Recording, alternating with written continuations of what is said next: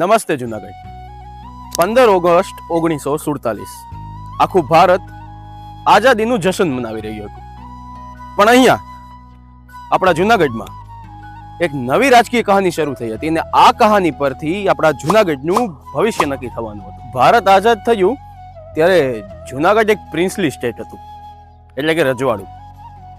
અને ત્યારે જુનાગઢના શાસક હતા નવાબ મોહમ્મદ ખાન ત્રીજા. દેશ આઝાદ થયો અને બધા જ રજવાડાઓ ભારત સાથે જોડાવા લાગ્યા. પરંતુ જુનાગઢના નવાબે પાકિસ્તાન સાથે જોડાવાનો નિર્ણય કર્યો અને પછી શરૂ થયો એક નવો સંઘર્ષ.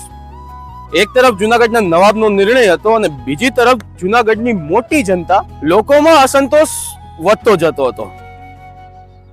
અને પછી શરૂઆત થઈ આરઝી હુકુમતની, એક પ્રોવિઝનલ ગવર્મેન્ટ, જેને જુનાગઢને ભારત સાથે જોડવાની લડત શરૂ કરી. આ કોઈ સામાન્ય વિરોધ નહોતો. જુનાગઢના લોકો હવે રસ્તા ઉપર ઉતરી આવ્યા હતા અને આસપાસના વિસ્તારોમાં પણ આંદોલનનો પ્રભાવ વધવા લાગ્યો. અંતે પરિસ્થિતિ એટલી ગંભીર બની ગઈ કે જુનાગઢના નવાબ જુનાગઢ છોડીને પાકિસ્તાન ભાગી ગયા. અને પછી દિવસ આવ્યો 9 નવેમ્બર 1947 નો, જ્યારે જુનાગઢ ભારત સાથે જોડાયું. પરંતુ હજી એક પ્રશ્ન બાકી હતો. જુનાગઢની જનતા ખરેખર શું ઈચ્છતી હતી?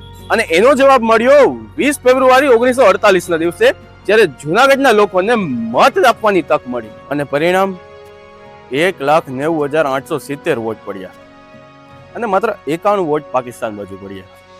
એટલે જુનાગઢની જનતાએ તો સ્પષ્ટ કરી દીધું કે અમારું ભવિષ્ય ભારત સાથે છે. તો આ 15 ઓગસ્ટ જ્યારે તમે તિરંગાને નમન કરો ને, ત્યારે એક વાત યાદ કરજો કે આપણી આ જુનાગઢની માટીએ પણ ભારત સાથે જોડાવા માટે અવાજ ઉઠાવ્યો હતો.